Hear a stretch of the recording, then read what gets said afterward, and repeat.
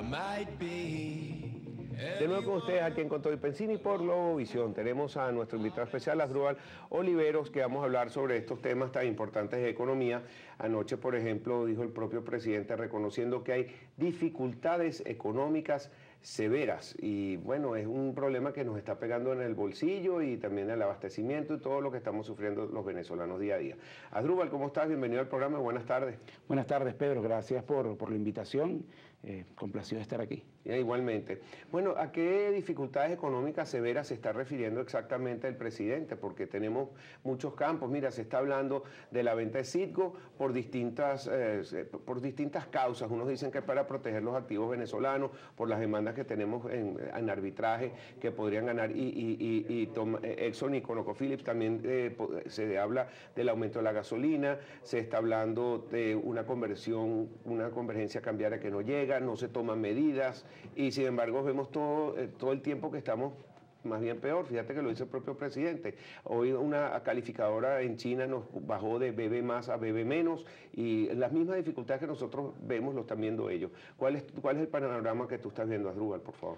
Sí, bueno, efectivamente, en primer lugar, que el presidente por fin reconozca el tema de la crisis económica se agradece, ¿no? En esta coyuntura, sobre todo cuando estamos acostumbrados a ver a funcionarios que lo que vienen insistiendo es que no hay problema, no hay deuda con las aerolíneas, con las empresas, este modelo es exitoso. Es decir, la negativa de lo que es una realidad palpable y que invoca el presidente, pues reconozca el tema de las dificultades, digamos, se agradece. Ya en el pasado, recordemos aquella famosa entrevista de Merentes en un programa de televisión dominical, donde también había reconocido que efectivamente tienen que venir cambios en el modelo que ellos han aplicado hasta ahora. Entonces yo creo que el gobierno tiene el diagnóstico, pero le cuesta la toma de decisiones, porque hay diferentes factores. Yo mencionaría 4 factores que hoy por hoy le impiden al gobierno tomar decisiones para corregir estas distorsiones en la economía que se han generado a lo largo de todos estos años. En honor a la verdad, no son distorsiones que se generó en el gobierno de Maduro, que comenzó hace un año atrás, sino que se vienen generando desde cuando el presidente Chávez mandaba, ¿no? Esos 4 factores, bueno, en primer lugar, un gobierno temeroso de los costos políticos, y estamos en una situación donde efectivamente decidir y corregir esos desequilibrios nos va a costar como sociedad, le va a costar a las empresas en su balance, nos va a costar a los ciudadanos en términos de pérdida de poder adquisitivo. Entonces aquí efectivamente eso el gobierno lo está ponderando y pareciera que no quiere pasar por allí. En segundo lugar, que está bastante en relación con lo primero, bueno, usted tiene un evento electoral el próximo año que es clave, aspira a seguir manteniendo el control de la Asamblea y probablemente en un entorno de medidas impopulares usted pueda perder ese control. Entonces eso también hace que intenten retrasar la toma de decisiones. El tercer factor tiene que ver con la estructura de liderazgo del presidente Maduro, a diferencia de Chávez, que aglutinaba todos los factores que existen dentro del chavismo, porque el chavismo no es una unidad monolítica, son diferentes facciones, clúster, grupos que están allí. Maduro tiene dificultades para amalgamar a todos esos grupos, a todos esos intereses que tienen visiones, por ejemplo, diferentes de qué hacer para resolver el tema económico. Y en último lugar, bueno, los intereses creados a raíz de todas estas distorsiones que existen en la economía, de negocios lucrativos, contrabando, importaciones, diferenciales cambiarios, control de precios, y por supuesto que esos grupos de poder enquistados por muchos años allí no quieren que esas distorsiones desaparezcan. Entonces, ese conjunto de dificultades le han pedido al gobierno que tome decisiones. Fíjense, un hecho que es importante que los televidentes conozcan. Desde febrero está Rafael Ramírez con un equipo de economistas destacados trabajando en resolver este tema, en proponer un supuesto plan de ajuste ampliamente comentado en prensa. Y bueno, mire, ya estamos en agosto y todavía no se han concretado esa medida. Eso habla entonces de las dificultades internas que tiene el gobierno. Mira, temerosos del costo político. ¿Cómo miden eso? A través de las encuestas, porque las últimas encuestas va cayendo la popularidad del gobierno y quizás por eso no están tomando esas medidas que son necesarias tomarlas. Mira, yo creo que utilizan varios elementos. El tema de las encuestas es fundamental, aunque este gobierno diga que no le para a las encuestas, siempre están midiendo el tema encuesta y hoy sabemos que el nivel de popularidad de Maduro está en niveles bien bajos. De hecho, el chavismo hoy, si lo vemos en una perspectiva histórica, está en su peor momento desde el año 2003. Entonces eso, por supuesto, te coloca en una perspectiva de no tener capital político para aplicar medidas. Pero adicionalmente también monitorean la opinión pública y por eso entonces vemos digamos, tira y encoge con respecto, por ejemplo, a la gasolina. Entonces un día dice que sí, otro día dice que no, que puede esperar. El tira y encoge con la convergencia cambiaria. No, esto es inminente, pero después dice, no, tienen que venir unas condiciones previas. Un día aparece en la página web que aumentaron el precio de un producto básico como la harina, pero a las horas desaparece el precio. Entonces, pareciera que estás intentando medir la reacción de la opinión pública, la respuesta a la opinión pública, porque yo creo que este también es un gobierno que tiene, digamos, está obsesionado o aprendió, por decirlo de alguna forma, de lo que pasó en el Caracazo y efectivamente quisiera no verse en ese espejo y por eso entonces pondera sobremanera los pasos que intenta dar para evitar algún tipo de conflictividad mayor que la que ya existe en el país en términos sociales y ponderar ese costo político. Pero lo que hemos visto es que hay, pues, uno pudiera decirlo en palabras llanas, un gobierno bien miedoso de tomar medidas y por eso, bueno, ha pasado todos estos meses sin simplemente surfear la crisis y sin tomar medidas de fondo para resolver el problema. Y el problema con eso es que esos desequilibrios se acumulan, se profundizan y los costos que vamos a pagar todos los venezolanos, tanto empresas como particulares y sobre todo los más vulnerables, los más pobres, son cada vez mayores en la medida que siga pasando el tiempo. Hay una de las noticias que aparece constantemente es la venta de Citgo. Ayer dijeron ya que la SER es el que va a manejar esa venta. No nos sorprende porque han sido esos asesores franceses que se refirió Jordania en su carta. Son ellos los que están llevando a cabo esa venta, pero también dice el Nuevo País que ya eso está vendido, ya tienen el comprador.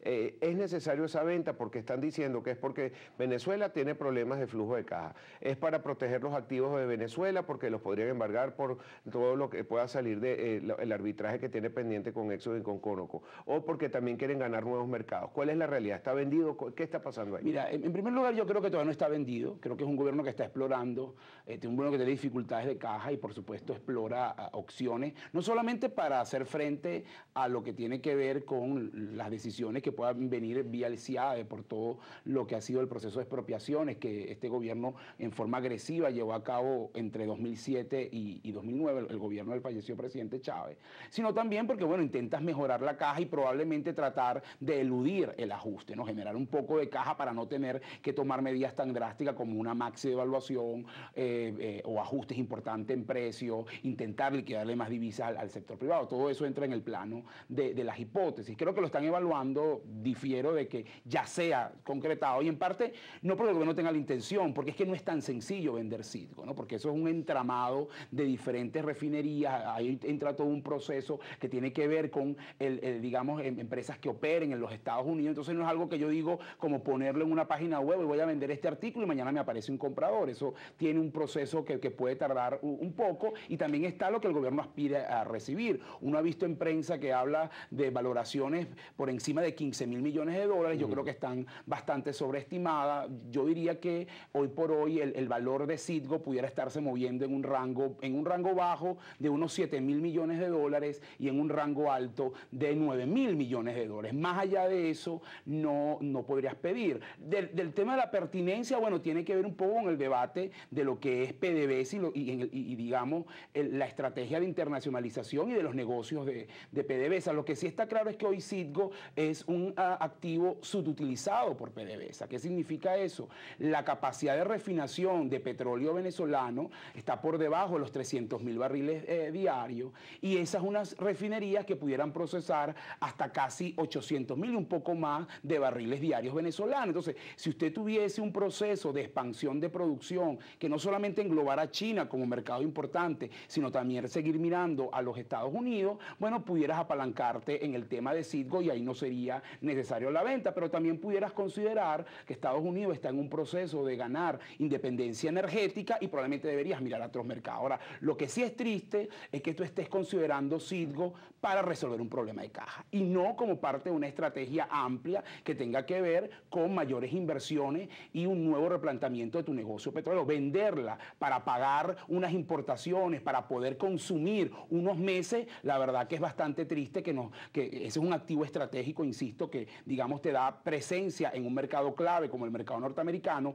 y venderlo por esa razón, efectivamente, yo diría que más que cualquier cosa es un acto de irresponsabilidad administrativa y que ojalá el gobierno lo pondere bastante bien. Es convertir una inversión en un gasto. Pero, exactamente. Asdrúbal, vamos a dar una pregunta al aire, tenemos que ir a una pausa comercial. Se ha rumorado también que hay compañías, por ejemplo, como Gazprom, que es rusa, que quisiera comprar Citgo. Podría hacerlo. En este momento hay cierto conflicto político y algunas sanciones que le están aplicando Estados Unidos a Rusia. ¿No tendrían que los Estados Unidos aprobar de alguna manera el Security Exchange Commission, la Comisión Nacional de Valores, esa venta? La dejamos al aire, Asdrúbal. Ya regresamos con Toby Pensini por Globovisión.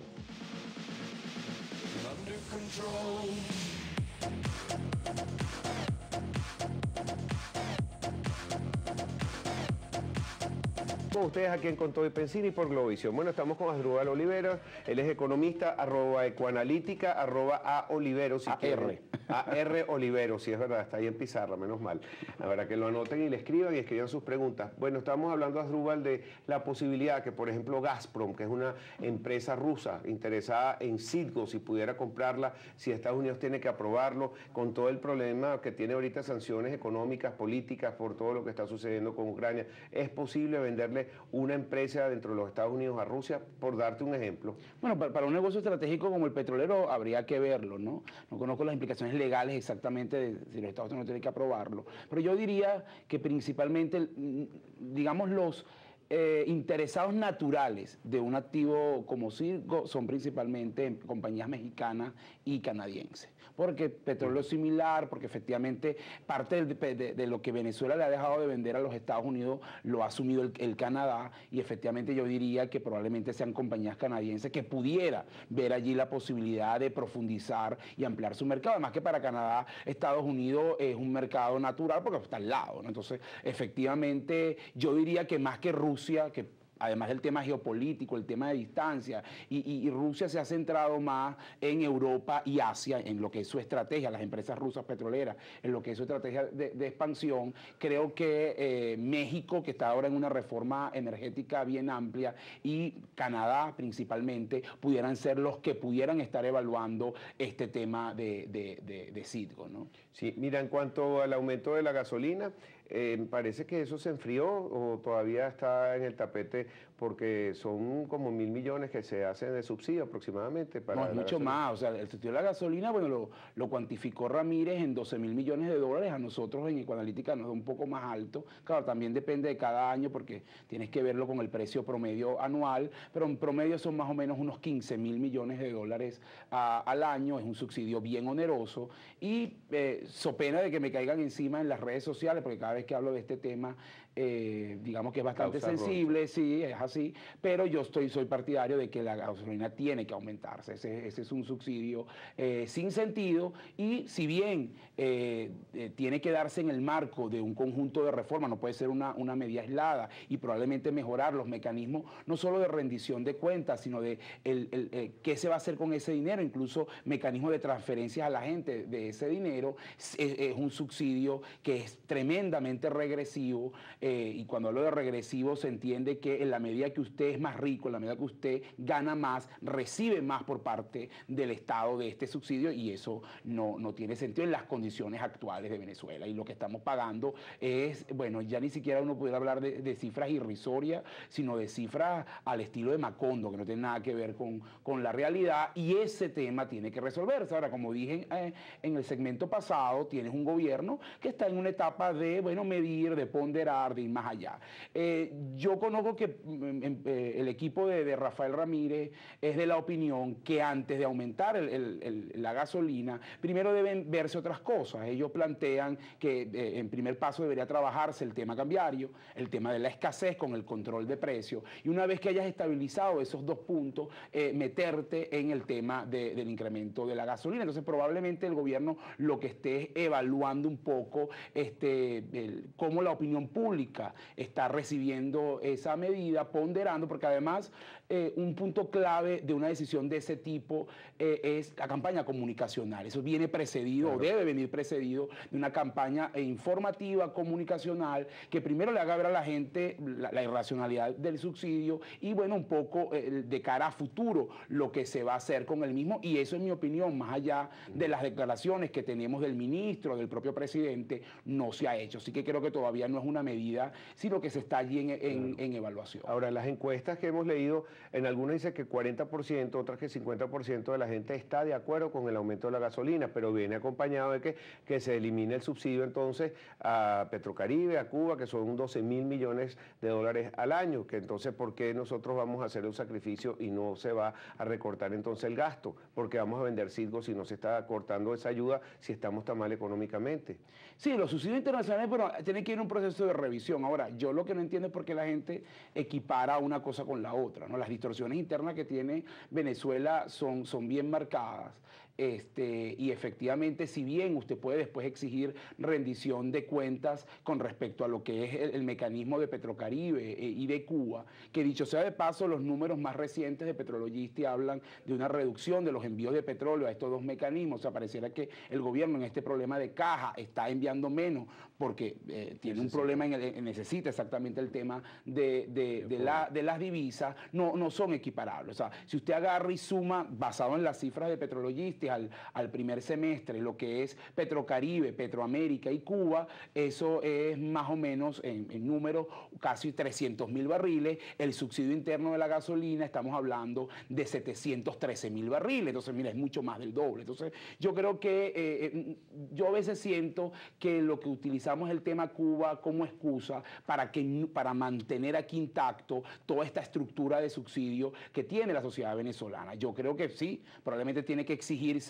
la revisión de esos acuerdos. Yo creo que son acuerdos que efectivamente no benefician a Venezuela, pero eso no impide que tenga que corregirse la distorsión de la gasolina, ¿no? Probablemente usted como sociedad lo que debería demandar es, bueno, en una situación en la que estos subsidios se estén reduciendo, exigir mucho más entonces la revisión de los subsidios internacionales, pero eso es una cosa así como que, bueno, como todos roban, entonces yo también. Entonces yo creo que ahí se ha banalizado un poco el tema de la opinión pública respecto al tema de la gasolina, porque hay que señalar que en estos últimos años lo que hemos visto es un importante segmento de la sociedad que, dicho sea de paso, no es solamente los más pobres, es también la clase media, que se ha acostumbrado a que, bueno, a las cosas, a que todo es barato, a que prácticamente todo es regalado. Entonces, bueno, la gente tiene una sensibilidad muy alta a cualquier tema de ajuste.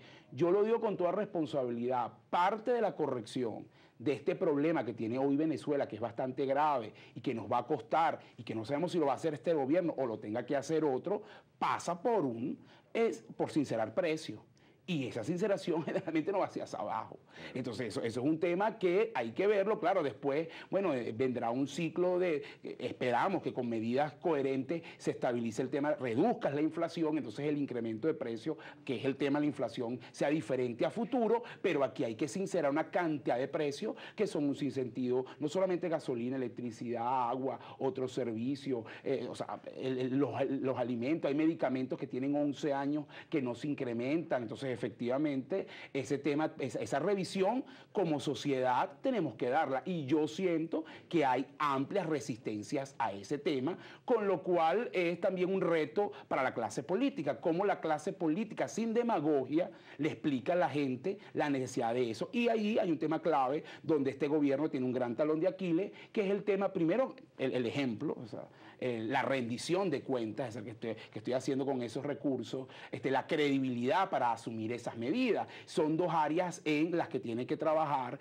y probablemente allí hay mucho escepticismo de que este gobierno lo realice. Este año se están llevando a cabo una serie de modificaciones en Cuba, está modernizando su economía. De hecho, tiene una nueva ley de inversión extranjera que hasta el presidente de Fedecámara aquí en Venezuela dijo que deberíamos envidiar esas leyes, que hay una apertura. Están hablando con Europa, se están abriendo nuevos mercados indirectamente con los Estados Unidos. ¿Qué opinas tú de esa apertura cubana y si nos va a beneficiar a nosotros los venezolanos? Bueno, mira, yo creo que nosotros estamos cada vez quedando como una isla en América Latina, no es solamente Cuba, que avanza a un ritmo de reforma y en parte ellos van, por decirlo de alguna forma, cómodos, porque bueno, siguen teniendo ayuda importante de Venezuela, no solamente a través de Petrocaribe, bueno, toda la triangulación en términos de importaciones públicas que se hace a través de Cuba, contrataciones, ese flujo de fondos le permite a Cuba, digamos, ir a su propio ritmo, sorteando sus reformas, pero allí van en reversa a lo que nosotros estamos haciendo, ¿no? Y cuando tú agarras toda América Latina, no es solamente Cuba, bueno, te das cuenta que los países de América Latina están en otro tono. México está haciendo una reforma energética de avanzada, Perú está, bueno, atrayendo grandes inversiones y tratando de mejorar sus niveles de desigualdad, Colombia resolviendo el tema de la paz y también entonces tratando de seguir en este proceso de reducción de empleo y de la pobreza. Argentina tiene elecciones y probablemente sea el punto final del kirchnerismo. Bueno, Brasil empieza a tener algunas dificultades. Tú te das cuenta, Ecuador, con todo, está en otro elemento. Incluso la perspectiva de Bolivia, que países aliados, también es bastante buena. Hasta Centroamérica, Nicaragua, las calificadores dan buenos comentarios. Y Venezuela entonces desluce de este panorama en Latinoamérica. Ya el año pasado éramos el país con el menor crecimiento dentro de los mercados emergentes, con el mayor déficit fiscal del mundo y la mayor inflación, de forma tal que aquí, insisto, como empecé esta entrevista, hacen falta, ya usted tiene el diagnóstico, ya usted reconoció que hay un problema grave, bueno, pase a tomar las medidas. Y la medida pasa con qué voy a hacer en materia cambiaria, qué voy a hacer con tema de precios, cómo voy a garantizar inversiones, cómo voy a, digamos, darle estímulo a la actividad privada, porque aquí no es solamente una recesión típica la que tiene Venezuela, ¿no? Un problema de demanda, no, aquí es un problema mucho más grave. Uno pudiera hablar incluso de una estructura de recesión institucional generada por graves problemas de oferta que se manifiesta en una restricción muy agresiva de divisas, pero también en un entorno de operatividad del sector privado que es adverso y que eso entonces no solamente se resuelve con un programa macroeconómico típico, sino que amerita mucho más. Mira, tenemos que ir a una pausa, Asdrúbal, y quisiera, bueno, no, se nos acabó el tiempo y me quedaron como 5 temas ahí pendientes contigo. Me están mandando ya a que la próxima vez serán 2 semanas que te vuelvo a invitar. Buenísimo. Cuando regreses de tu viaje. Vacaciones. Si es que te puedes ir, porque ahorita la cosa está complicada. Espero que sí. Está bien. Bueno, Asdrúbal Oliveros, economista, @ecoanalítica, @aoliveros, para que le escriban si tienen alguna pregunta más. Me quedó el Producto Interno Bruto, que fue negativo, el crecimiento, no han producido cifras del Banco Central, pero bueno, tendré que terminar las preguntas a hacer en Twitter, así que muchas gracias. Gracias, Pedro, a ustedes por la invitación. Y ya regresamos.